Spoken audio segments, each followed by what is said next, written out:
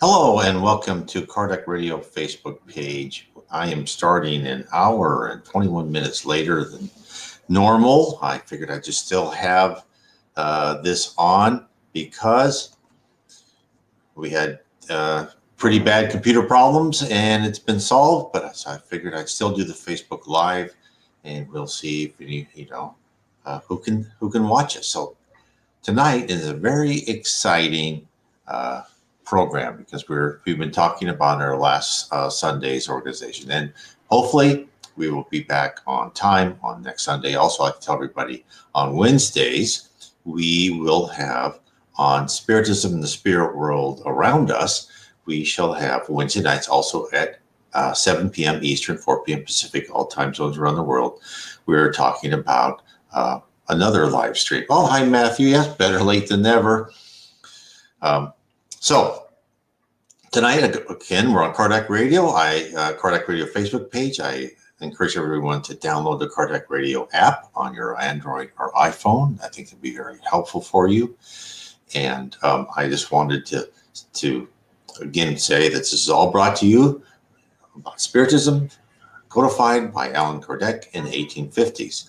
And just to let you know, I am going to be talking about on Wednesday nights. I've been starting to talk about his book, Heaven and Hell, which is very interesting stories from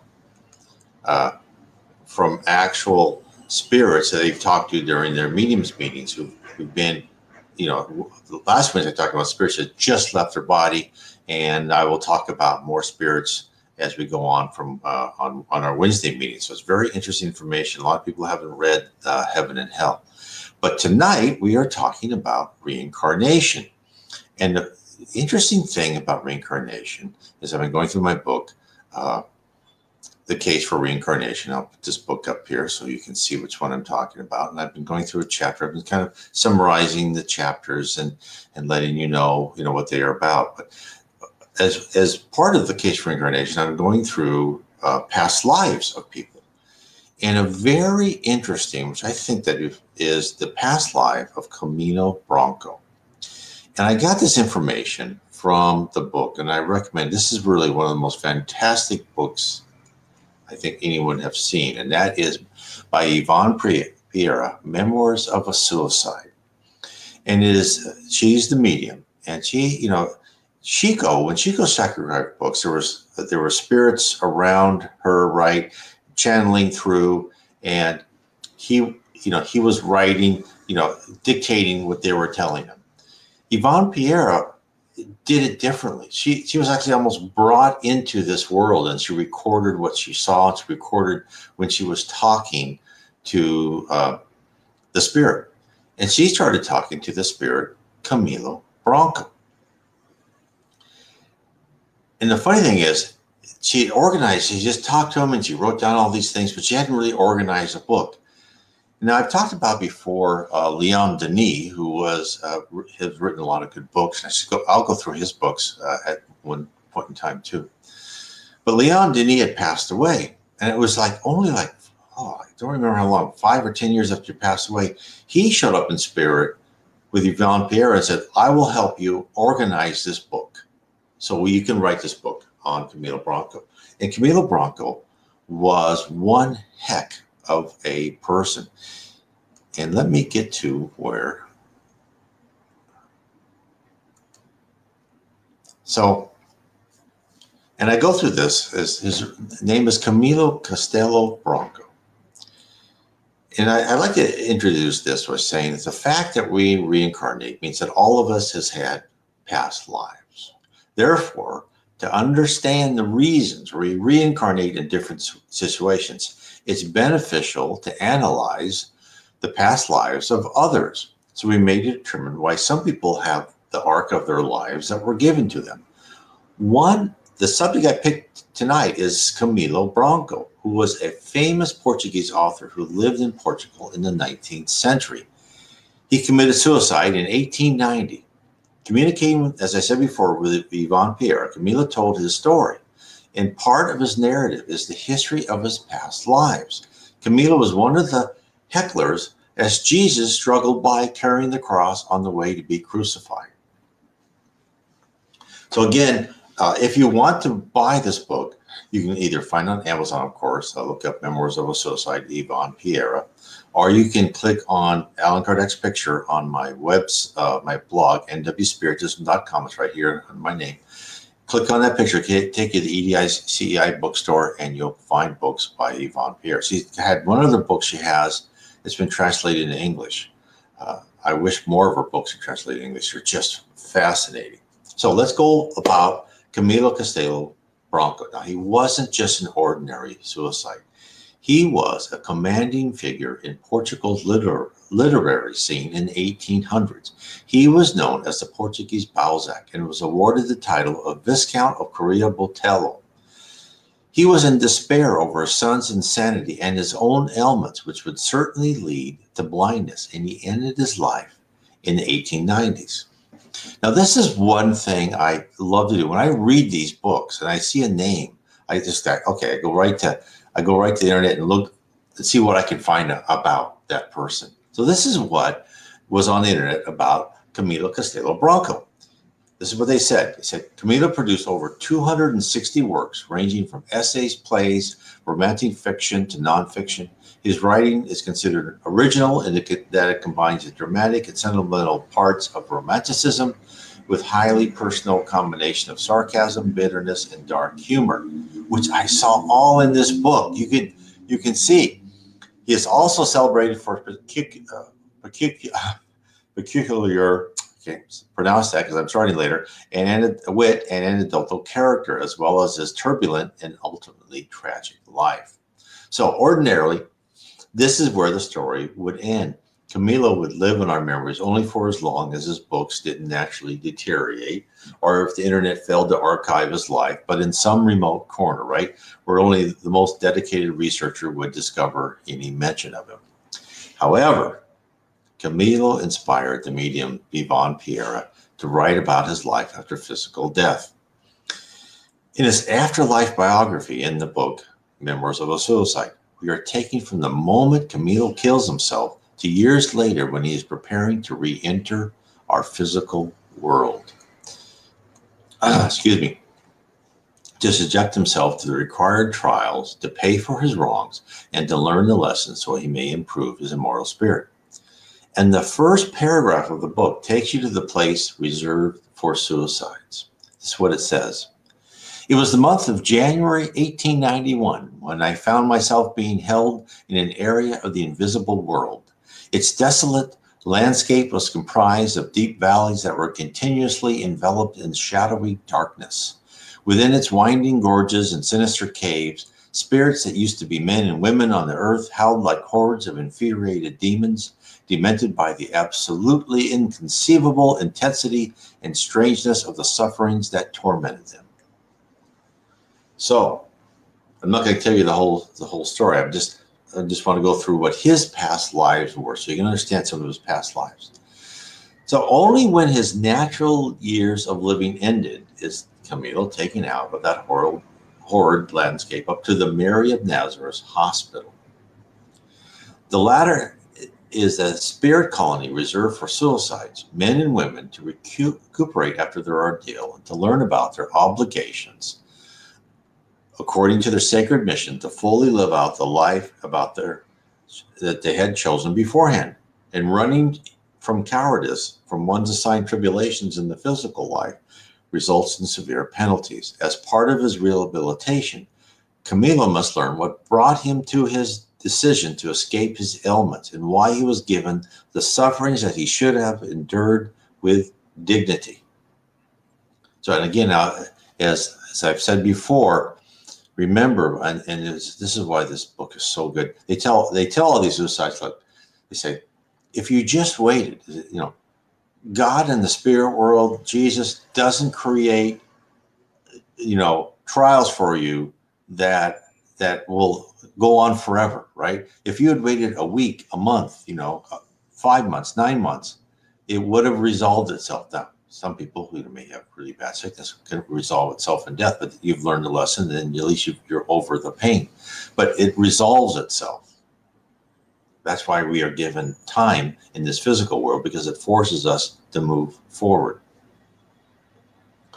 So his first life was in this takes place in 33 AD. So for Camilo to understand why he was destined to be blind in old age. Okay, so remember this. This is, first he was depressed, his son killed himself, and then he was, because of syphilis, he was going to go blind in old age. There was a lot of, right, in those days, syphilis hurt quite a few people. So we all know, people listen to, oh, hello, Dania. We all know that there's a reason for everything that happens to us. For every action, there is a reaction. And therefore, our lives are finally orchestrated to test and uplift us, as well as hammer out with our head upon the anvil sometimes the bad habits and intentions that we have carried on for too long. As part of his preparation for a fruitful return to a physical body, Camilo was taken to a classroom amphitheater where he is strapped into a device. So he's strapped into a device that would take him back to his past. This is not merely witnessing a picture on the screen, but a complete four-dimensional experience where he and his fellow classmates were inside his preceding lives. He was nervous, for all of his previous students had revealed crimes and failures to be ashamed of for several lifetimes. Now I'll give you, this is a little bit of how he begins the narrative, and I'll read part of it because he's just a good writer. He goes, I went back to the year 33 AD. However, I was not only remembering it, I was actually living in that time period, exactly as before. The holy city of the Jews, Jerusalem, was experiencing feverish events on that hot, sunny morning. I felt possessed by a diabolical happiness as I walked through the streets packed with foreigners, inciting riots, encouraging fights, spreading disquieting gossip, promoting disorder.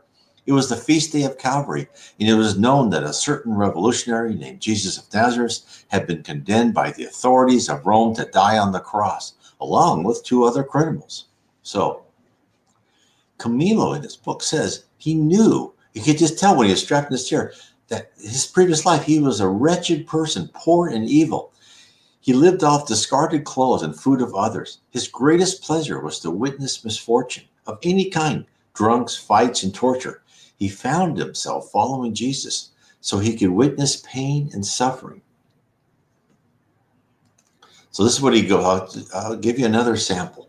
Fierce in my obstinacy, I follow him on his dolorous climb, yelling offenses and vile scorn. And I must confess that the only reason I do not strike him with stones with the violence of my murderous arm is because he is so closely guarded by the Roman soldiers. The truth is that I've always felt myself to be inferior and belittled everywhere I go.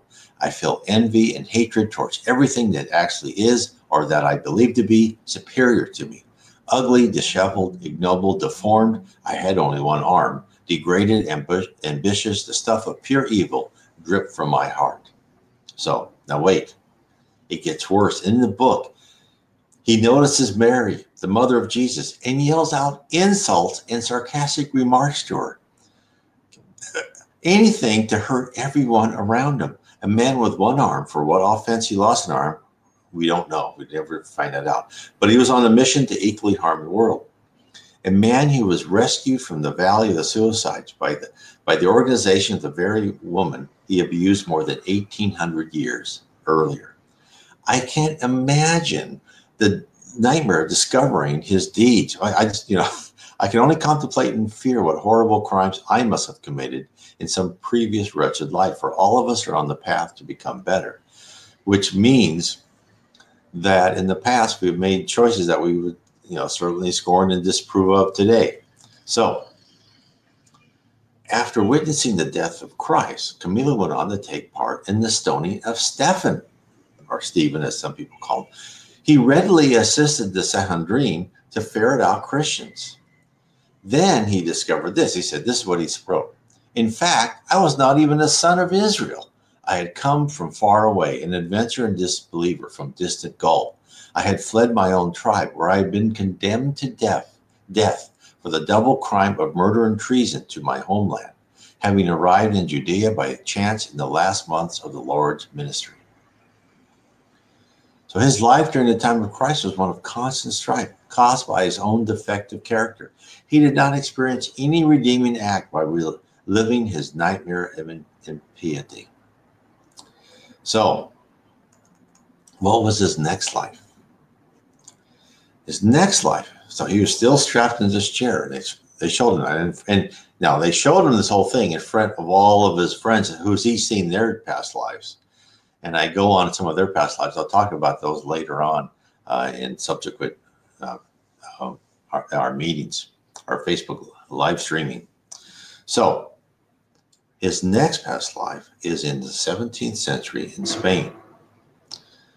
So he kind of experienced life after life, centuries of trials. He was always a base person without moral guidance. His only wish was to gain wealth and pleasure. Boy, I've heard that about me, is that my only wish was to gain wealth. Sometimes he would climb high on the social ladder, but the expected improvement in his spiritual state never materialized. Hence, whenever he climbed high, he felt further each time his wrongs were discovered. His lives were always located in the regions of France or Spain.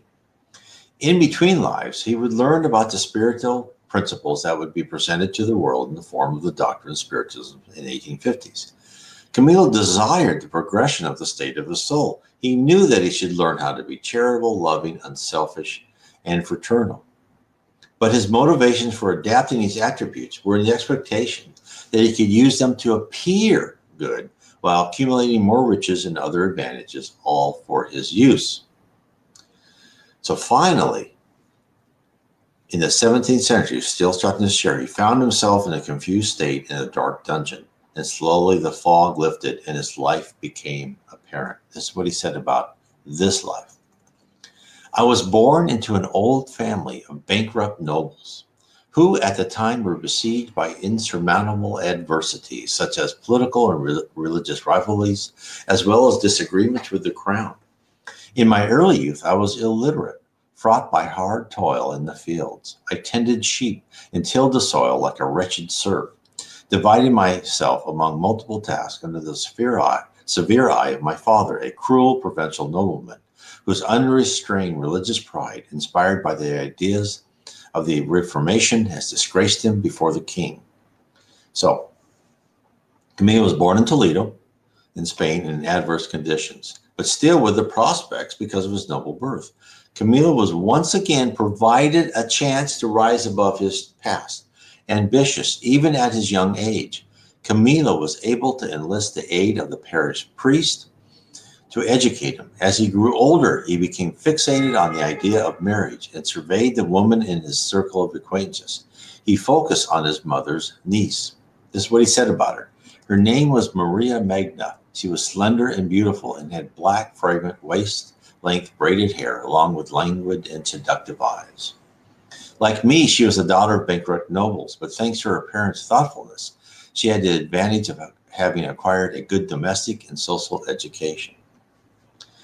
So what happened, though, is a more prosperous rival appeared. Camilo was left alone and bitter. As his past character would react, so would his present. In the deepest part of his mind, he thirsted for revenge. He showed no hint of understanding that Maria may have loved another, or that the wishes of her parents influenced her decision. Just a primitive urge to strike back at the cause of his pain. Hence, he swore eternal revenge against his love, Maria, and her new husband, Jacinto de Ornelas. So from then on, he eliminated the thought of marriage from his mind and concentrated his immense energy on the means to better his station. He thus pursued a social plateau where he could enjoy power over the objects of his scorn, supremacy enough to humiliate and destroy the unsuspecting couple. Now, the spirit world attempted to guide Camilo back onto the path of self-improvement. This is what he said. Now, this is something we all need to hear this, because he was, after being scorned, his whole plan was to get revenge, right? But this is how the spirit was trying to tell him not to do this. This is what he wrote.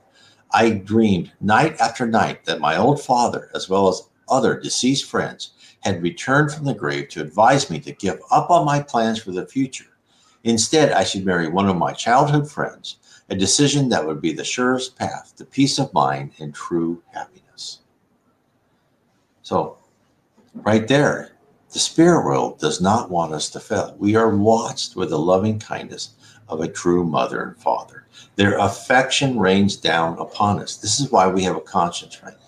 Although we temporarily lose the conscious recollection of our memories from past lives when we are reborn, we retain two vital signal posts, right? The first is our conscience, our accumulated moral learning from all of our past lives, which serves to govern us in our daily decisions. When we reflect on an action, our conscience provides us feedback. We must listen to that advice and heed it for within us, for we have centuries of stored wisdom. Our instincts are the second guide rail that have been betrothed to us in our current life. Multiple life experiences and countless sets of circumstances have toned our instincts, whereby we are given the gift to recognize the potentially adverse or positive significance of any situation. The death of his father allowed Camilo to discover his road to revenge. He joined, so instead of listening to his dreams, he kept on his, completely ridiculous, as I've talked before. You let this, if someone's wronged you, you let the spirit world take care of that, right? They know better how to help that person ascend and learn that lesson, not you. But he went on that road. He joined the Society of Jesus, which was, as we all know, which is part of the Jesuits, which spearheads the infamous Spanish Inquisition, right? So he ignored, and when the Society of Jesus, he received a sterling education. He ignored the people of truly dedicated servants of Jesus within the ranks, and he sought out who could help him in the organization. That's where he found the Jesuits in the Spanish Inquisition.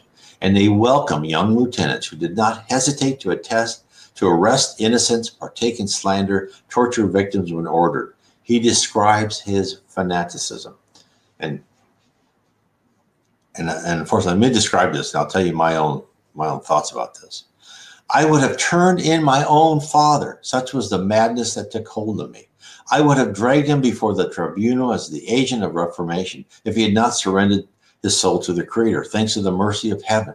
However, I did not do all that to give vent to my own evilness. My intent was only to serve my superiors, to exalt the Jesuit cause, to prove the unending dedication and unconditional gratitude my passionate soul could muster for all the support they've given me.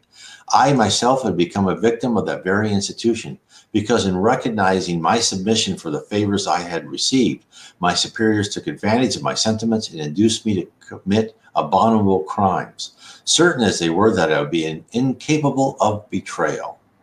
So he worked his way up among the ranks of the Jesuits for 15 years. Now, when you read that, when they said, he would do anything for him, he'd do anything, so he could, he could better himself. It's amazing. When I was going through the internet boom, this was in the late 1990s, right? And I was in consulting for companies, and that's when the realization finally hit me that I didn't want to be in management anymore, because I became a consultant, and I even saw it worse, is that, people, again, they probably sell their own mother to get their stock to go up an extra dollar. It was amazing what greed did to you. They would do anything to become rich. And it just affected me in such a strange way that I just, just felt horrible. And just seeing this fraud amongst the, these, supposed to be, well-known financial analysts, and, they were just hyping garbage, along with everybody else. I remember I was at, this is back in the late 1900s, 1990s. And I was at this meeting, and I was consulting with this company, and they were saying, they were advertising this vaporware. Now, vaporware is when software that you just talk about, but it's not really there. And I said, how can they do that? They haven't even done it. That's not even finished yet. And then this next guy came up and goes, yeah, we're already communicating with their vaporware. Right, he didn't say vaporware. We're already communicating. And this other consultant, who was working with them, and he and I looked at each other and we go, oh, it was all total fabrication. So anyway, that's my own little story. Not very interesting, but I've seen that. I've seen that just complete disregard for honesty and just the pursuit of money. Believe me, it's not worth it. So let's go back to Camilo. He's much more interesting than my stories. So he worked his way up among the ranks of the Jesuits for 15 years until one day he discovered that the husband of his love, Maria, had returned from duty in Holland. Her husband's name was Jacinto, and Jacinto arrived back in Spain with great honors, and Camilo sent his spies to watch every movement of the couple. Maria and Jacinto had a good marriage with children. They were very much in love, and Maria was known for her impeccable virtues. Trying to worm his way into a renewal of passion with Maria, he met her at the church he visited every week. Then he started to frequent her house. He praised, flattered, and implored her for affection. She resisted at every turn. Even her husband noticed his intention. But against a member of the dreaded Spanish Inquisition, he was powerless to stop Camilo's advances. Besides, Jacinto knew his leanings towards the Reformation he witnessed in Holland could be a lever to destroy his life and forever affect the lives of his children. Jacinto prepared to leave Madrid for safety, but Camilo found out and turned Jacinto over to the authorities on suspicion of being a Huguenot, which is a member of the French Protestant Reformed Church. Camilo successfully fabricated evidence to convict Jacinto and requested that Jacinto be handed over to him. Jacinto's tortures by Camilo are recorded thusly. I mean, read what he said.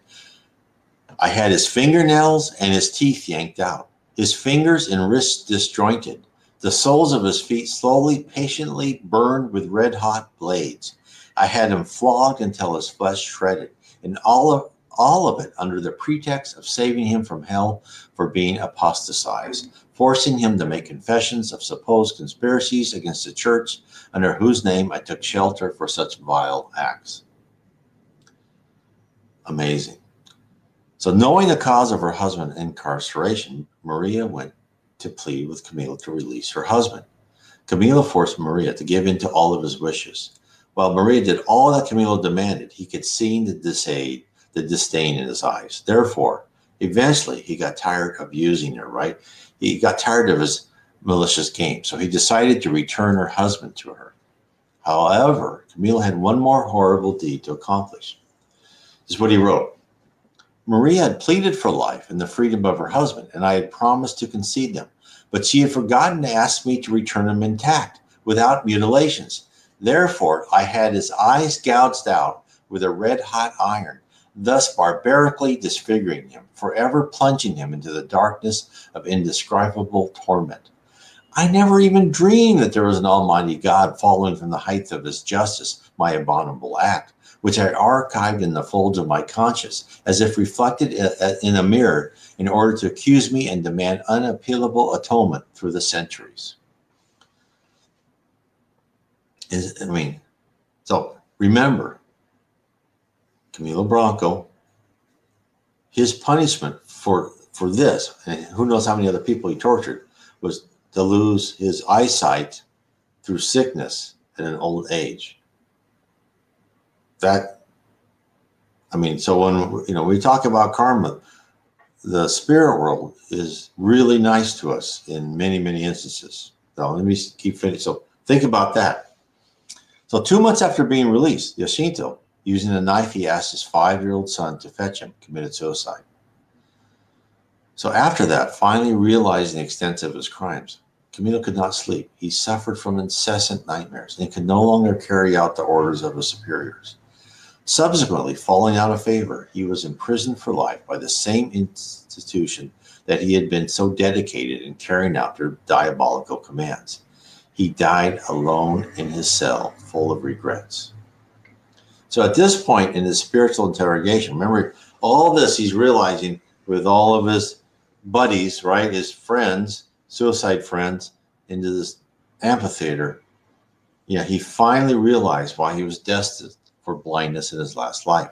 He knew that he was meant to face the same dread and hopelessness that his innocent victim felt 300 years earlier. Even worse was that he didn't have the courage to face it. Instead, he weakened and sought immediately to escape his intended misfortune. Camilo now understood that it wasn't divine providence that determined that he was to be blind in his old age, but himself. His action. Oh, hello, Jacob.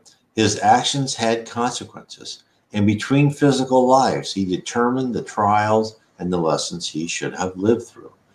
He leaves us with this thought: the truth is that it was my situation of my own creation, caused by my own wrongs and defects down through the ages.